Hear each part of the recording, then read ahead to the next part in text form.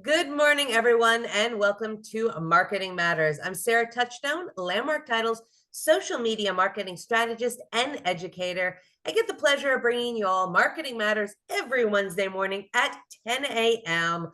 October has been all about the holidays, the holiday hustle, and how we are gearing up to finish this year strong, staying top of mind with our clients and planning for the upcoming 2025 year. This week, I've got Abraham on with me. He's going to be talking about how you can work your business plan your business, work your plan, and get ready for 2025 and your New Year's prep. October really is the perfect month to start laying the foundation for what you are going to do in the upcoming year. As I said earlier, if you're planning your business in December and January, you're already fallen behind. So now is the perfect time. And we're so glad to have Abraham on here. He's been going through this program himself. So not only is he going to tell you about how you can do this, but he's speaking from experience on how he's already taking 2025 by the reins and prepping for it. Abraham, so glad to have you on today. Absolutely. Thank you so much for having me. I really appreciate it. It's an honor to be here. Yes. Now you have some points that you wanted to share. I think you have screen sharing abilities. Okay, beautiful. Yep. So we're going to go through a brief presentation here. I mean, as you mentioned, Sarah, I think it's extremely important that we start prepping for the new year now, not just knowing what are we going to do, what kind of things are we going to implement here in the new year, but really knowing our numbers and knowing our key performance indicators or KPIs to really understand what do we need to be doing out on a weekly basis, let's say even now or starting the new year to be able to really rock and roll and be able to establish yourself with your clients, with your lead sources, and to make sure that you're already prepping for the new year. As you mentioned, it starts now, right? We in the real estate industry, we're 30 to 60 day turnaround time for all of our clients. And so really, if you want some closings in January, right, you've got to be putting them in December and November. So it's super important that we start now so we can know, hey, what are we trying to reach for this new year? And how is that going to reflect here in January? So let me get started here. Okay. And let me share here this screen. And alrighty, can you see my presentation, Sarah? Looks great. Alrighty, awesome. Well, we're business planning for 2025, and really, I want to keep it very simple, so that way we can have a strategic and analytical plan to be able to go out there and say, hey, this is what I need in order to make my business successful the way that I want it to look like, right? And so there's no end all be all. Everybody has different sources of business. Everybody has their own type of conversion with these sources of business. And so it's really important that you understand that this doesn't have to be your sources. It doesn't have to be, or it can be, right? And it's all a matter of what you feel comfortable with, with the best sources of business that you can feel comfortable with as well. So let's go ahead and jump into it here. So a little bit about me, just really fast. So I was born in Mexico. I've been in Arizona since I was 4 years old, so I consider myself a native, right? And I've actually been in the industry for about 10 years. So half of that time, I was actually a real estate agent. And then the rest of the half of the time, I've been a loan officer, right? So I've kind of seen several markets here, and my last year as a real estate agent, we did about 34 transactions, and so it was a really awesome year. A lot of people said, "Why are you leaving? You're doing so good, right?" But ultimately, it's just a calling that I really had. I love the numbers, I love the analytics, and so it's just something that kind of just drew me towards it. So yeah, I mean, a little bit of a report card. I was ranked number 67 on the National Hispanic Real Estate Professionals for Southwest Region, which is really a super huge honor with NAREP. We've had about 418 families, average close time 24 days, and primarily just work with about 55% home buyers, 36% about second homes and movable buyers, and about 9% investors. A lot of the times it's more, refinancing those hard money loans and things like that. So an average client rating, 5%. So, just a little bit about me. So let's get to the good part. So, all right. So today's agenda, I want to, like I said, I want to keep it very brief. I want you to really have a kind of a detailed game plan, and I'm going to be sending some handouts afterwards so you guys can kind of work on these on your own. But nonetheless, I want to make sure that you have some detailed game plan of what you can do and implement to really understand your numbers and understand what you need to do for the new year. So first and foremost, we have to understand what our current business looks like, right?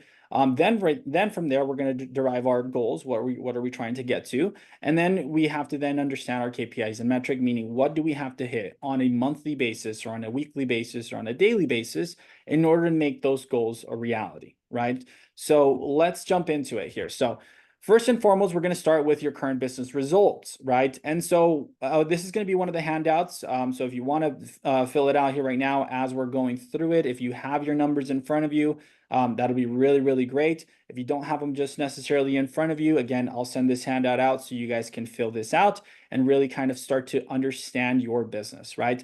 So first and foremost, the number of people in your database. So the number one thing is database, right? So you've got to understand that you have to have a database. It doesn't matter if it's an Excel sheet in a book that you keep with you at all times, but it has to be somewhere you want to keep track of your people, because the more you keep track of your people, the more your business becomes predictable. Then you can really understand what you need to go out there and do to be able to create those results, right? So from there, we're going to understand the number of referral sources that you're pulling leads from, right? So this could be open houses, it could be Sphere, your social media, your client referrals, your online ads, business connections that you have, right? Like, so there's a plethora of lead sources, and that's why I say it's going to be really dependent on what you feel the most comfortable with and where you feel that you can, convert the best, right? Depending on the lead source, they'll have different conversion ratios, and not necessarily because you're a really good converter or a really bad converter, right? It's really depending on the lead source and the way that referral comes in, right? From there, we're going to take our number of units closed. So now we're going to take year to date right now, because the year's not over, right? But we want to take stock of like where we're at right now, and let's make sure we finish strong as well. But we're going to take our number of units closed year to date, okay? And then we're going to take our average sales price, right? So that means that how are we going to derive the average sales price is we're going to take that total sales volume. So all of the sales volume that you've done, right, in the entire year, we're going to take that and divide it by our closed year to date transactions, right? This is going to give us our average price point. Now, it's super important that you understand your average price point in order to make it predictable, right? You can't expect to get a $10,000 commission every single time if you're working price points of 200. Even if maybe that one time you had that price point that was, a bit higher, right? And you got a $10,000 commission or a $12,000 or a $15,000 commission. We have to take an average so we can make sure that it's a little bit more predictable, okay? So once we derive our average sales price, right, then we can work with our average commission, right? Depending on your splits and your cost to your brokerage is going to depend on what your average gross commission is going to be. So assuming you have, let's say, a 50-50 split or a 70-30 split, or let's say you're 100% and you've got transaction fees and things like that, got to anticipate what are those going to be so we know how much money you're really truly bringing in, right? We can't say, hey, you know what, I did so much in volume but only made it so much, and you're like, where's the money going? We've got to keep track of it. We got to really know where it's going, right? This is going to lead us to our total gross commission, right? And so from our total gross commission, then we're going to be able to extract our expenses. Like, expenses are going to be your gifts that you give to your clients at closing. This is going to be your gas that you're spending every showing that you're going around, right? This is going to be your open house signs, your listing signs, your marketing materials that you're doing. So you've got to take stock of that, because you need to understand, like, okay, I've got to account for this because I really want to make X, Y, and Z dollar amount in money, right? And this is going to bring you to your total net commission. Now, of course, you're still going to have Uncle Sam take his piece, but this is what you're truly going to make, not necessarily what you're going to let Uncle Sam know that you're made. So completely understand, that. But this is ultimately a profit and loss statement for your business, right? This is a really great way to understand how much money is coming in and how much money am I dishing out, right? And so you really got to understand that to really determine, like, I want to make X, Y, and Z dollars amount, and how can we work that backwards, right? So let's jump into your business sources, right? So from your current results that we have right now, so your business that you have again 2024 right now, we want to derive our primary sources, our secondary sources, and your alternative sources if you have other alternative sources. If you're a seasoned real estate agent, then likely you have more than two sources, right? You're doing social media, you're doing open houses, you're pulling from, you might be a Zillow Premier agent, you might be pulling from, really business relationships with probate attorneys and things like that. So you can have your own sources. What I normally like to tell agents, especially as they're growing their real estate sources, is in the beginning you might have your hands out to catch everything that you possibly can, right? But as you start getting really good and you start understanding where you find not only the most success but also where you find the most joy, right, then you can really focus on that and build those into your pillars of your business, right? And so once we identify, okay, where are we getting these leads from, right, we need to understand our primary source of business, right? Then we need to understand, I actually have a little marker.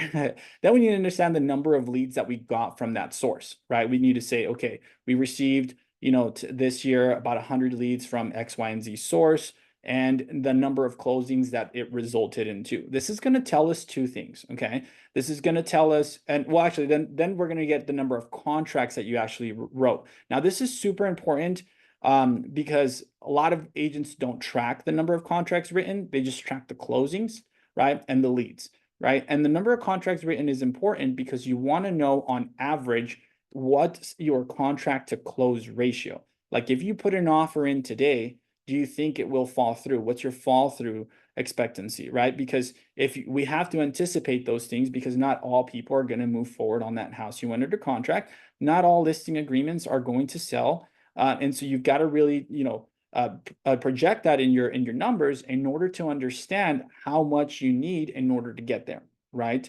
So this is going to give us these two things: conversion rate and contract to close ratio, right? So conversion rate, and I apologize if I'm boring you with numbers, but I'm very analytical. But conversion rate is going to give you, it's going to be your closing divided by your lead. So let's say, for example, you got a total of 100 leads from this particular source, and we closed about 10 loans or 10 real estate transactions for them. And so ultimately that would be about a 10% conversion, right? So lead to convert to closing ratio would be about 10%.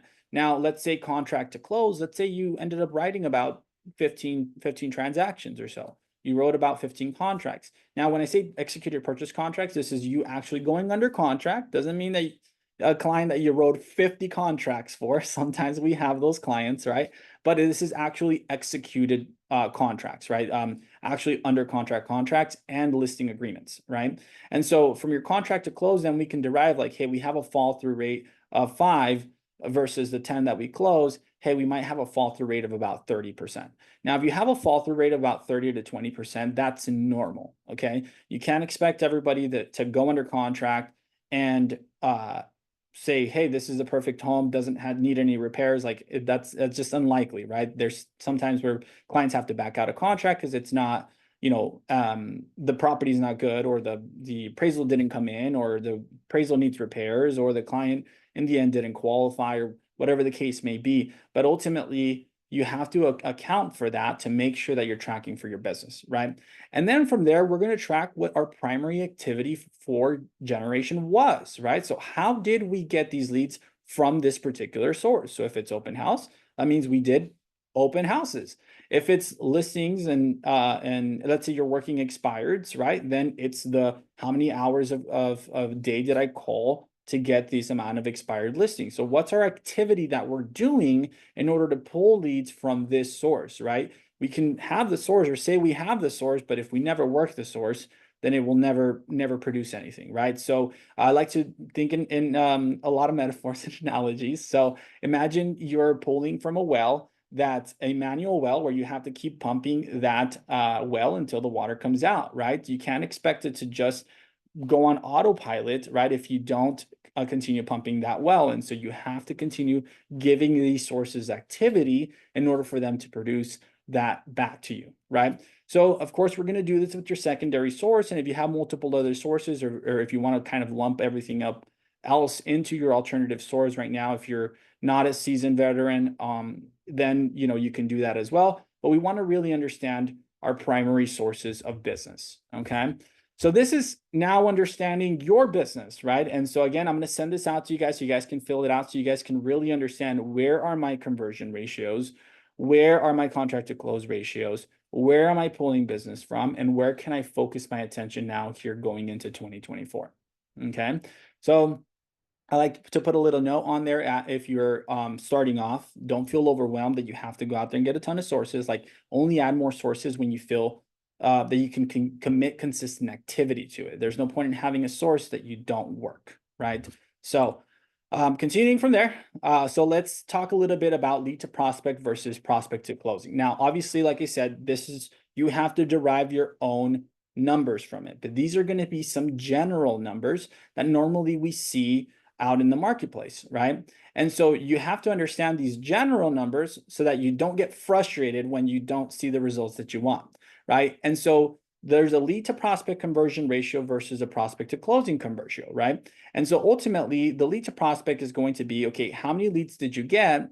And on average, how many of those are going with you, are saying, yes, I choose you as my real estate agent. Yes, I'm going to go and use you for your services, right? And so then from there comes into prospect to closing ratio, because you might have those people that says, absolutely, I want to use you, but I don't qualify. But we just had a death in the family, but we have this, but I can't do it now. But yes, we absolutely want to use you, but we just can't move forward and we can't transact, right? There's those clients all the time. And so, you have to expect that as well. So we have to understand that lead to prospect and that prospect to closing ratio. And so lead to prospect, right? The higher your commitment or the higher the barrier of entry for that client to be able to meet with you or that client to be able to get information will determine the likelihood of conversion, right? And so again, these are general numbers, right? But as we can see, your face-to-face connections that are going to be warm referrals that are going to be referred to you with like passion, meaning like your friend says, hey, you absolutely have to use my friend Susie because she's absolutely amazing and she's going to take amazing care of you, right? That will convert at about a 70%. It's your sphere, right? They're telling that person that they have to go with you. Now, if you can meet that person in person, right? And it was a very warm referral, like the likelihood of them going with you is so much higher, right? They're like, yeah, my girl told me about you. I have to use you. She said, you're the best, so I'm going to use you, right? There's very little restriction to that, right? And very, very high barrier of entry. I have to go meet you. Now I've been referred. Now you know I'm trying to buy. Now you know everything about me because we're friends and we're probably going to see each other at the Thanksgiving dinner, right? So it's very, very, very personal. You're going to be in their sphere. You're going to be, you're going to see them in the future, so they can't really get away from you, right? So it's very high commitment if they make that introduction with you, and then now they're having a real estate conversation because they know you're going to follow up with them, right? So then from there, we have a moderate commitment, right? Which is your face-to-face, but maybe non-referral. This is going to be like your open houses, people coming into the open house. They're saying, hey, I'm looking for real estate, right? They're coming in with the intent of looking at real estate, and they know that they have to talk to you as a real estate agent if they're going to walk inside your door, right? And so there's already that level of commitment that they have to make in order to say, yes, I'll go in here and I'll plug in my information, right? Maybe they don't want to, maybe they are oblivious to what you're going to do afterwards because you're going to call them, right? But nonetheless, this is a little bit, less intrusive, right? They don't know you and they're just coming in and they could possibly maybe shake you off and not give you the info or give you false info, right?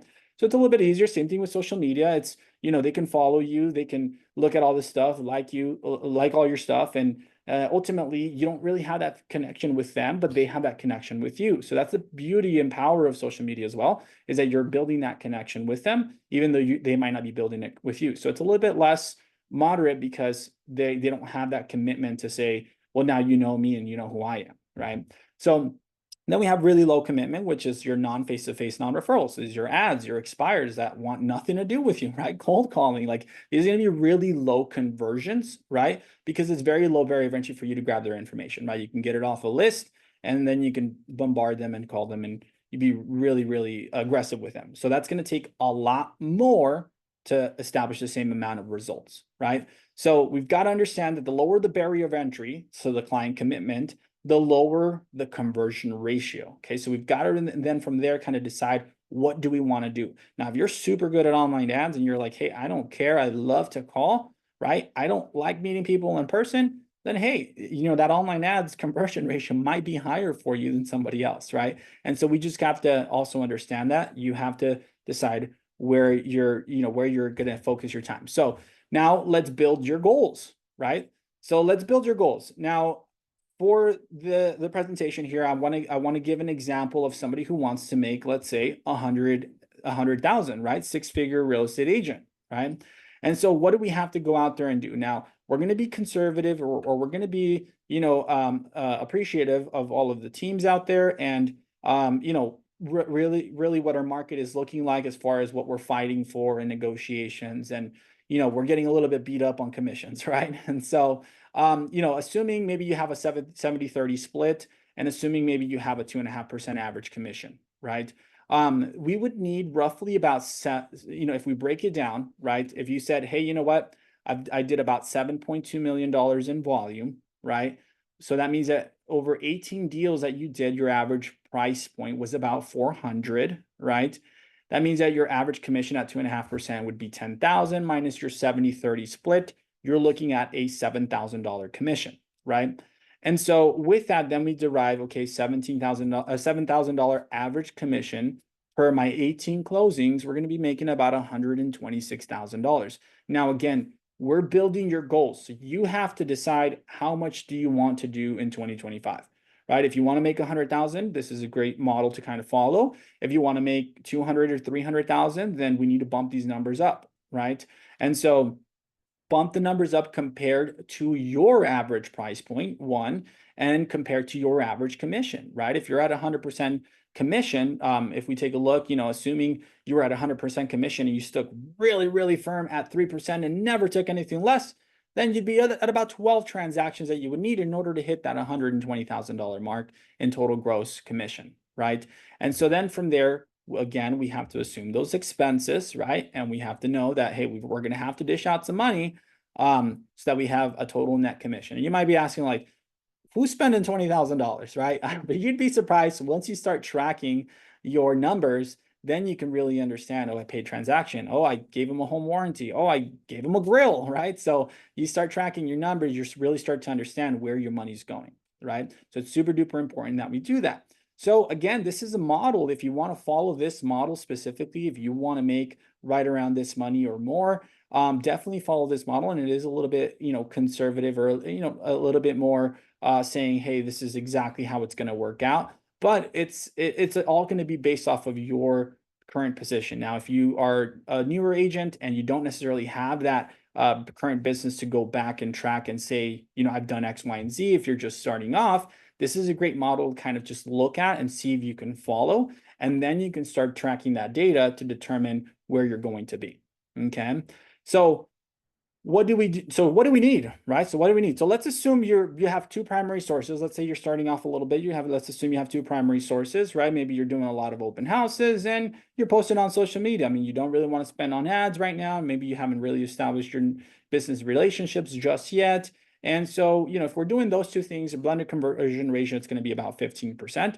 So assuming your contract to close at 80%, right, then we're going to need the following numbers. So closings per year, we need about 18 closings, right? So that means that over the next 12 months, you need about 1.5 closings. Now, you can't have a closing. So at least one of those months you've got to have, or a couple of those months, you have to have two closings, right? So we need to be tracking at least that 1.5 closings, which means that we need to be tracking at least one contract. So if we look at contracts per year, right, we need 23 contracts, right? Because we're assuming we're having that contract to close ratio of 80%, right? So we need 23 contracts. You need to be writing up 23 contracts, fully executed under contract transactions, right?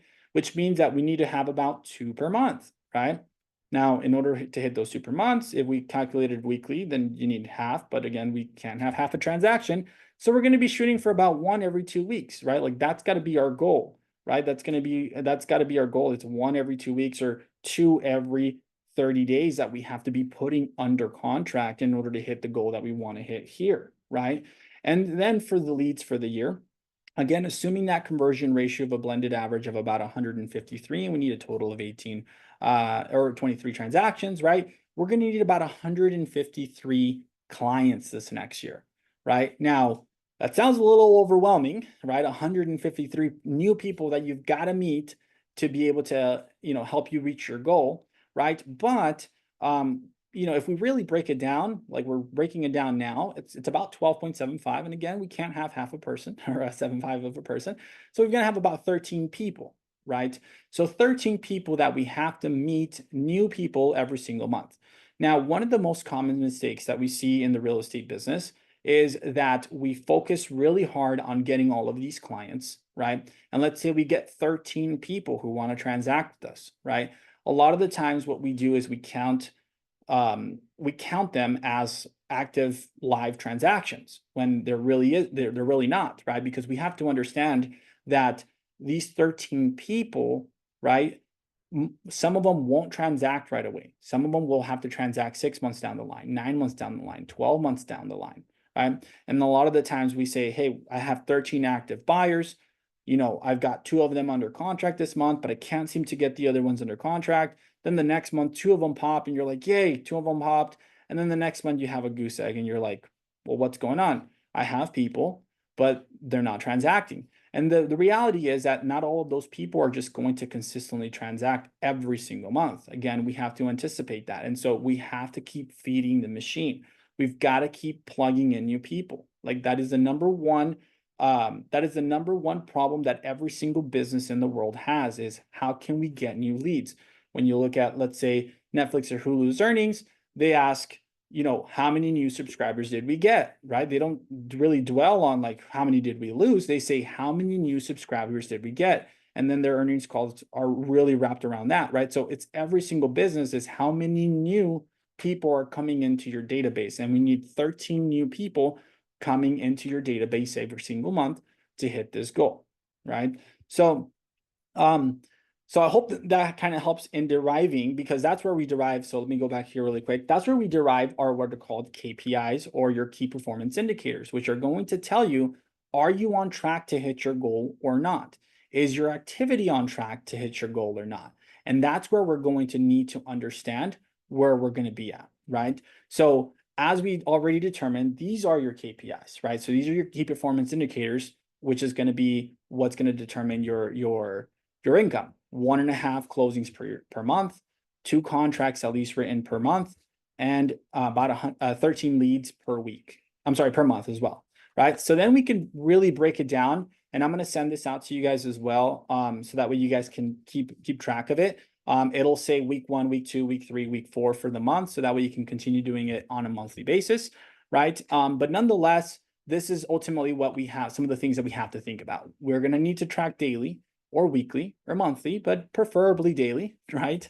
We need to see what are sources and activities that are required, right? Like what's the activity that's required, and keeping consistency with the activity, right? So if we're doing open houses, if we're deriving clients from the open house, how many do we need to do per week? Did we door knock? Did we circle prospect? Like what activities are you doing around this specific source that's going to cause leads to come into your pipeline, leads to come into your CRM, right? And so let's assume we have a 20% conversion ratio on an open house, right? And the average lead capture per open house maybe is two clients, right? So maybe you have those open houses that nobody come. Maybe you have those open houses, you get 10 people, right? But were you able to capture all 10 people's contact information? We want to know how many were we able to capture and how many are real. Sometimes they give us fake information, right? And so if we average at about 2 per open house that we can capture, then that means for 12 leads that we want to hit, or let's say 13 leads, we'd need to do about 6 open houses, right? So then we can really understand that, okay, our goal is to do 6 open houses if that's going to be your primary source of business, and that's going to be your only source of business. Then we need to do 6 open houses every single week, right? Or I'm sorry, every single month, in order to hit your numbers by the end of the year. Now, 6 open houses can, you can say two every week, and then you get the 3rd week off, right? Or you can do 3 bi-weekly, right? It's up to you how you want to do that. But when you talk about 6 open houses, people are like, nah, that's a lot of open houses. I don't want to do that many open houses, right? Especially during the summer. Okay, well, let's take a look at your other sources of business, right? And again, this is going to be derived from your current business. If you're already a seasoned agent, let's take a look at your current business and say, okay, well, my lead source is X, Y, and Z. I do X, Y, and Z activity in order to get this. Now, how much activity do I have to do every single month in order to get that lead, or in order to capture the amount of leads that I want to get, right? So let's say, for example, we're doing social media, and assuming 10% conversion on social media. And again, this is based off of lead capture. So you have to be really good at being able to capture the people's information, right? But let's say, for example, you're posting coming soon, it's just listed, here's this property that's coming up, here's a tip on this, right? Assuming you're posting consistently, right? And you can capture maybe about 2 people, right? Every, let's say, 10 posts, right? So that means for 12 leads, we need about 60 posts, right? So that means that 60 posts in 1 month, I mean, we need to be consistently posting about twice a day, right? If we got 30 days in a month, right? Now, a lot of people underestimate the amount of effort that it takes to do that. And they say, hey, my lead source is social media. If you're converting at a way higher percentage than this, then you need to really ramp it up. And that way you can increase the amount of conversion that you're receiving, but as leads that you're receiving as well, which will lead into transactions. And a lot of people do really amazing nowadays with social media to just really have that following, get that built, that connection, and then have that call to action. So you have to have that call to action to make sure people are reaching out. And once they reach out, that increases that level of commitment, which will increase your conversion ratio, right? So definitely really good. And so again, we have to do these for our primary sources, right? So we've got to look at our primary sources of what we're going to have, okay?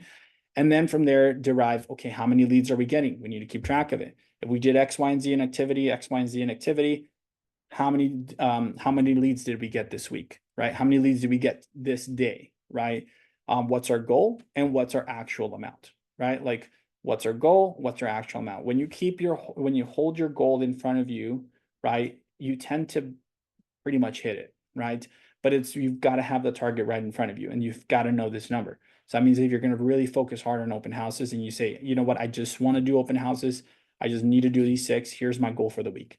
It's right here, it's written in paper, and here's my accountability form that I say I'm going to do these many things. So that's how we plan for this new year. Now, again, we are starting already. Everything is transacting about 30 to 60 days. So we have to understand that we've got to start this in November and December in order to then start strong and close in January, right? Because most transactions will on average take about 30 days, right?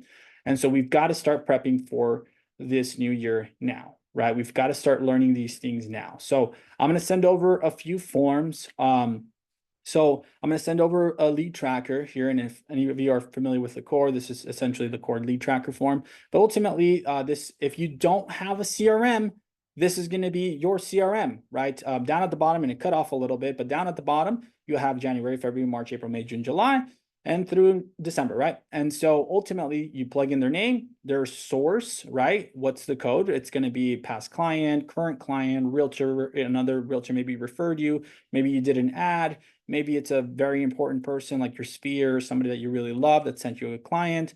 Maybe it's a builder. Maybe it's a current client referral you're currently working with, and they say, hey, send me, I sent you over my cousin or whatever the case may be.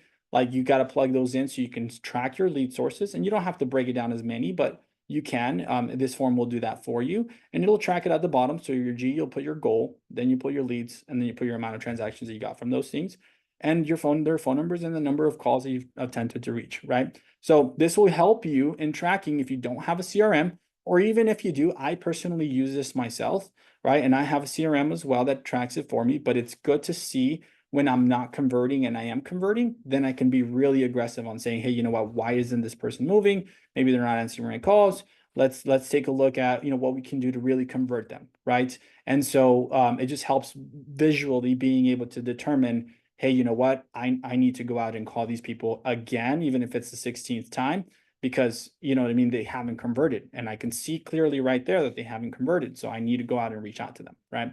So it's a great thing to do. And then your lead tracker, which I'll send this out.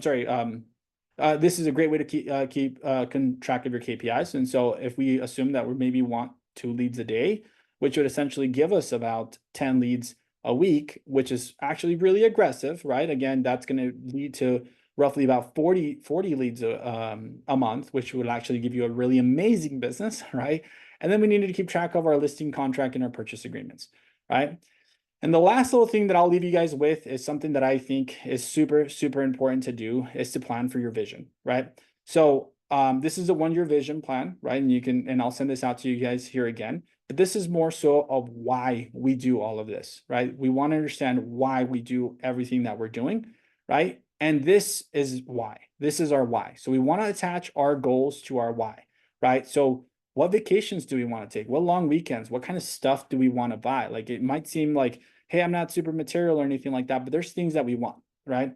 What kind of money do you want to have? Do you want to have stocks invested? Do you want to have rental properties? Do you want to have 401k or an IRA, right? You want to give, right? Do you have charities that you care for? Then you're like, I wish I could give more, but I can't because I'm not making as much, right? These are our whys, right? And this is going to help you just project a vision onto the reason why you're going to be tracking so heavily to make sure that you could predict what you're going to be doing for the next year for your vision. Alrighty. So I believe that is it for me. So thank you guys so much. I know I talk a lot. I'm very, like I said, very analytical. And I hope that was insightful. I hope that was helpful. And again, I'll prep these PDFs for you guys, an Excel for the lead tracker, so you guys can grab that and take a look at, see if you could start tracking now, right? If you haven't, and if so, you can start plugging in your lead sources and really prep to just really start now for this new year. That was absolutely awesome, Abraham. I've been part of a lot of business plannings and business planning, prep workshops. And that presentation, you really set some incredibly tangible goals. Yeah. Like that was great. Like the line out of how you reach those goals, that was amazing. Thank you. Like that was a really, really good. And like I said, very tangible presentation. Absolutely. Abraham's going to send me the handouts for this, guys. So if you want a copy, I'll send those out to whoever's on. If you guys are watching the recording of this, please reach out to me and I will get you a copy of those as well. If y'all have any questions for Abraham, go ahead, put them in the chat. Yep, guys, I will definitely get them to you. Reach out to him. He's got his contact information there as well. If you're looking for a great loan officer to partner up with as well, Abraham looks like he is your guy. Or if you just even want some, help setting up your business plan, guys, we are your industry partners. We are there to not only help you with the nuts and bolts of your business, like closing, title and escrow or closing your loans, but helping you every step of the way. So please reach out. I'm going to wrap up today with just a couple of classes that we have coming up. As we get towards the end of the year, it becomes a lot more about planning, right? So get in, take these classes, and really get prepared for the upcoming year, guys. All right. And all of you that reached out, the handouts as soon as we are off of here as well. So a couple more weeks left in October. Yeah, it feels like it's already like going to be November. We've got holiday pop-bys and client appreciation events. No, it is not too late to get your pop-bys together and get some client appreciation events to round out the year. If you guys need some ideas or how-tos on how to get those done, hop on next week. If you're not already doing pop-bys or you are already doing pop-bys, I'm going to give you some great tips and ideas to really make an impact with your clients through the holiday season. And then creating the personalized client experience through the holidays. The holidays are really busy. It can be so easy to focus on ourselves and our own family and to kind of leave your clients in a little bit of a lurch. Like it's a really easy time of year to kind of let your business relationships slide and focus just on your personal ones. But it's also a great time of year to really reach out and make sure that your clients know that you're there and that you are giving them that personal touch through the holidays. It makes a huge difference in your business That's what we're going to round out the month with on the 30th. So hop on those 2 webinars, and then we'll be in November already, right? And then on October 21st, we've got a Zoom. Oh no, excuse me, this one's in person. This is at our atrium in Arrowhead, and we're going to be talking about probates, wills, and trusts. Being the expert or having even just a little bit of knowledge when it comes to estate planning with your clients can go a long way. So brush up on those skills and hop into our probate, trusts, and wills class on the 21st. And this is going to be from 10:30 until noon at the atrium in Arrowhead.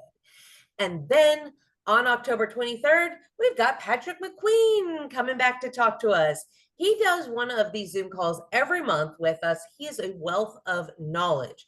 So this one's going to be what every agent needs to know about distressed properties, foreclosures, and other real estate issues in a recession. I know that you guys hear from your clients all the time. Foreclosures are going to happen. Recessions are going to happen. So be equipped with that knowledge when you're talking to your clients. This is going to be October 23rd at 11 a.m. and it is on Zoom. So scan that QR code, reach out to Renee, RSVP, and get that link today. And then, of course, we've got our Moon Valley home tours on the 3rd Thursdays at 8:30 and our Biltmore luxury tours every 4th Wednesday. These are great tours to be a part of, to get some content for your social media, and just see what's out there. Staying busy through the holidays as a realtor is a really great idea. And then, of course, you can always find a list of our upcoming classes on our website, on our events page, ltaag.com/events. I update that one usually a couple times a week. So definitely get in, double check, see what is coming up. And then that's it for us today, guys. Like I mentioned before, we are your industry partners. And a partnership just doesn't mean getting the contracts done and the jobs done. It means helping you plan your business, whether it is planning for the upcoming 2022, finishing out 2024 strong. Please reach out to us. We are happy to assist you with all of your real estate needs. You can reach out to Beth, Keith, Mary, Michael, Michelle, Patty, Renee, and Raylan. We are, like I said, we're here for you. Anything you need, we got you guys. And then, of course, thank you to Landmark Title for allowing us to bring you Marketing Matters every Wednesday at 10 a.m. We have 7 offices here in the Valley, 1 up in Prescott, 2 up in Nevada, to service all of your title and escrow needs. And of course, thank you to Abraham for coming on today. That was a great, like I said, that was a great presentation. We see these presentations every year, right? And sometimes it feels overwhelming to really try to put your goals into, it's just plugging in your goals, right? But Abraham, you did an amazing job of not only showing us what to do, but how to do it. So thank you very much. We're going to get these handouts sent out to you guys, and reach out to Abraham. He'll help you along the way if you need help filling it out. And here's to a prosperous 2025. Absolutely. Thank you so much. I really appreciate it. It was such an honor. Really, really appreciate you, Sarah. And yeah, if you guys need anything at all, please reach out. I'm here to help. Thank you, Abraham. Thank you, everybody. We'll see you next week.